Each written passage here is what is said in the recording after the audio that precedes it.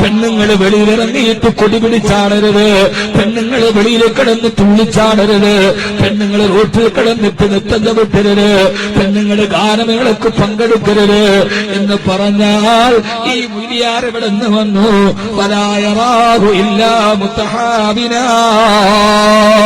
ഇത് തെറ്റാണ്. ഉസ്താദുമാര് പറഞ്ഞിട്ടുണ്ടെന്ന് നാട്ടിലെ ചെറുപ്പക്കാര് പറഞ്ഞാൽ എന്നാടാ നിനക്ക് ഈ താടി വന്നത്, എന്നാണ് നിനക്ക് നിസ്കാരത്തറമ്പ് വന്നത്, ഈ നിയമം പഠിപ്പിക്കാൻ നീ ആരാടാ? എന്നിട്ട് തുള്ളിച്ചടിച്ച് അരക്കറ്റുകൊണ്ട് തുള്ളിച്ചാടുന്ന പെണ്ണുങ്ങൾ ചോദിക്കാൻ തുടങ്ങിയാൽ ഇതൊന്നും ഞാൻ മനസ്സിൽ വെച്ചിട്ട് പറയുന്നതല്ല, എന്നാൽ പറയാതിരിക്കാൻ തരവുമില്ല. പറഞ്ഞതുകൊണ്ട് നിങ്ങൾക്ക് എന്നോട് ഒരു പരിഭവം തോന്നരുത്. എങ്ങാനും ഇത് പറയുന്നത് കൊണ്ട് നിങ്ങൾക്ക് എന്നോട് പിണക്കം തോന്നിയാൽ എനിക്കൊരു പുല്ലുപോലുമില്ല എന്നുകൂടി ഓർമ്മിപ്പിച്ചുകൊണ്ട്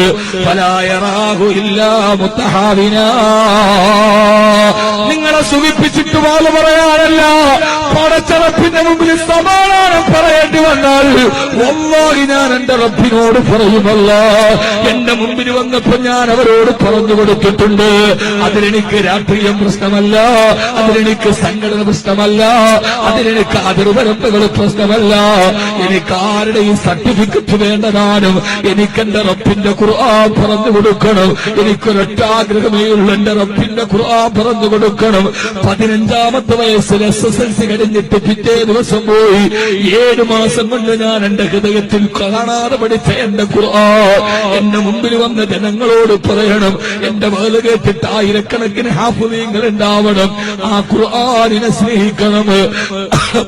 റബ്ബിന്റെ മുമ്പിൽ പറയണം, അല്ലാഹുവേ നിന്റെ ഖുർആൻ ഓതിയിട്ട് ഞാൻ ഇവരോട് വാത് പറഞ്ഞു കൊടുത്തിട്ടുണ്ട്. അതുകൊണ്ട് സഹോദരാ, ചെറുപ്പക്കാരാ, തലമുടി ഇങ്ങനെ വെട്ടാൻ പാടില്ല, താടി ഇങ്ങനെ നീട്ടിയിടാൻ പാടില്ല. അതിനൊക്കെ ചില ചേരും വൃത്തിയുമൊക്കെ വേണം. നീ കാതില് കടുക്കൻ കുത്തരുത്, നീ ഇങ്ങനെ പരുന്തിനെ പോലെ തലമുടി വളർത്തരുത്. അല്ലാഹുവിന്റെ റസൂല് നിരോധിച്ചതാണ് പറയുമ്പോ ഇത് പറയുന്ന പ്രബോധനത്തിന്റെ പണ്ഡിതന്മാരുടെ മുമ്പിൽ വെച്ചിട്ട് വലായറാഹു ഇല്ലാ മുത്തഹാവിനാ, ഇതിനെ പരിഹസിച്ചിട്ടും ഇതിനെ നിസ്സാരവൽക്കരിച്ചിട്ടും ഒരു സമൂഹം ചെയ്യാൻ തുടങ്ങിയാൽ, അങ്ങനെ ചെയ്യാൻ തുടങ്ങിയാൽ നിന്റെ വീടിന്റെ ഉമ്മറപ്പടിയിൽ ജീവനുള്ള വസ്തുക്കൾ പാടില്ല, നായയെ വളർത്താൻ പാടില്ല, പെണ്ണുങ്ങളുമായി അതിരുകടന്ന ബന്ധങ്ങൾ പാടില്ല. ഇതൊക്കെ പറയാം മൂല്യാർക്കെന്നെ അവകാശം. എന്റെ വീട്ടിൽ ഞാൻ പലതും ചെയ്യുമെന്ന് പറഞ്ഞ് പാതിരാ സമയത്ത് ചെറുപ്പക്കാരെ 14-15 വയസ്സുള്ള കുട്ടികളുമായി TV കാണരുത്. ലോകത്ത് രാത്രിയിൽ എവിടെ നിങ്ങൾ നോക്കൂ, 9 മണിയായാൽ ഹിന്ദുവിന്റെ വീട്ടിൽ വിളക്കണയും, 9 മണിയായാൽ ക്രിസ്ത്യാനിയുടെ വീട്ടിൽ വിളക്കണയും, 12 മണിയാകുമ്പോ ഈ പൊന്നാനിയിലെ ഏതെങ്കിലും വീട്ടിൽ ലൈറ്റ് അണച്ചിട്ടില്ലെങ്കിൽ അത് മുസ്ലിമിന്റെ വീടാ. 12 മണിയാകുമ്പോ ലോകത്തുള്ള 120 രാഷ്ട്രത്തിൽ ഏതൊക്കെ പെണ്ണ് തുണി ഉരിഞ്ഞാടിയാലും ഫാഷൻ ടിവിയും MTVയും കണ്ടിട്ട് ചെറുപ്പക്കാരായ കുട്ടികള് അരിച്ചൂരി വിടരുതേന്ന് പറയുമ്പോ ഇല്ല മുത്തഹാവിനാ, മഹാന്മാര് പറയാ അല്ലാഹുവിന്റെ ദീനിന്റെ നിയമങ്ങളെ, അല്ലാഹുവിന്റെ ദീനിന്റെ നിയമങ്ങളെ നിസ്സാരമാക്കി കണ്ടാൽ പിന്നെ ആ വീട്ടിൽ അല്ലാഹുവിന്റെ സഹായം നിഷേധിക്കപ്പെടുമെന്ന് ആദരവായ പ്രവാചകൻ നബി മുഹമ്മദ് മുസ്തഫ. അല്ലാഹു നമ്മളെ കാത്തുരക്ഷിക്കട്ടെ. ഞാൻ പറഞ്ഞെന്ന് മനസ്സിലാവണുണ്ടോ? ഉണ്ടോ? മതി മനസ്സിൽ. ഞാൻ ഒരു നാട്ടുവർത്താനം പോലും പറയാത്തത് കൊണ്ടാണ് എന്റെ ഭാഗത്തിന്റെ ശൈലിയൊക്കെ ഞാൻ വിട്ടു. ഇനിയിപ്പോ പറച്ചിലേ ഉള്ളൂ. ഇഷ്ടമുള്ളൊരു കേട്ടാ മതി. ഇതൊരു തൃപ്തിപ്പെടുത്തലല്ല, ഇതൊരു 10-3 ചിലപ്പോ 11 ആകുമെന്ന് പറച്ചിലല്ല. 10-3 13 തന്നെയാണ്.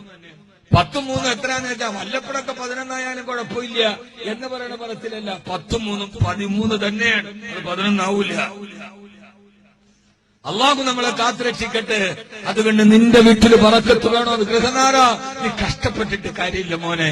നീ പൈസ ഉണ്ടാക്കി മക്കൾക്ക് തീറ്റ കൊടുത്തിട്ട് മാത്രം കാര്യമില്ല. ദീനിന്റെ നിയമങ്ങള് നമ്മുടെ വീടിന്റെ ഉള്ളിൽ സുസ്ഥിരമായി സ്ഥാപിക്കപ്പെടേണ്ട ഒരു ബാധ്യത ഗൃഹനാഥന്മാർക്കുണ്ട്. കുല്ലുക്കും റാഇൻ വകുല്ലുക്കും മസ്ഊലുൻ അൻ റഇയതിഹി. കുല്ലുക്കും റായിൻ വകുല്ലുക്കും മസ്ഊലുൻ അൻ റഅയതിഹി. നിങ്ങൾ ഓരോ ചുമതല ഏൽപ്പിക്കപ്പെട്ടവരാണ്. അല്ലാഹുവിന്റെ മുമ്പിൽ ഈ ചുമതലകളെ കുറിച്ച് ബോധ്യപ്പെടേണ്ടി വരും.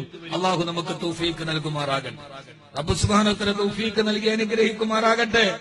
ആമീൻ പറയീൻ. അല്ലാഹു തൗഫീഖ് നൽകി അനുഗ്രഹിക്കട്ടെ.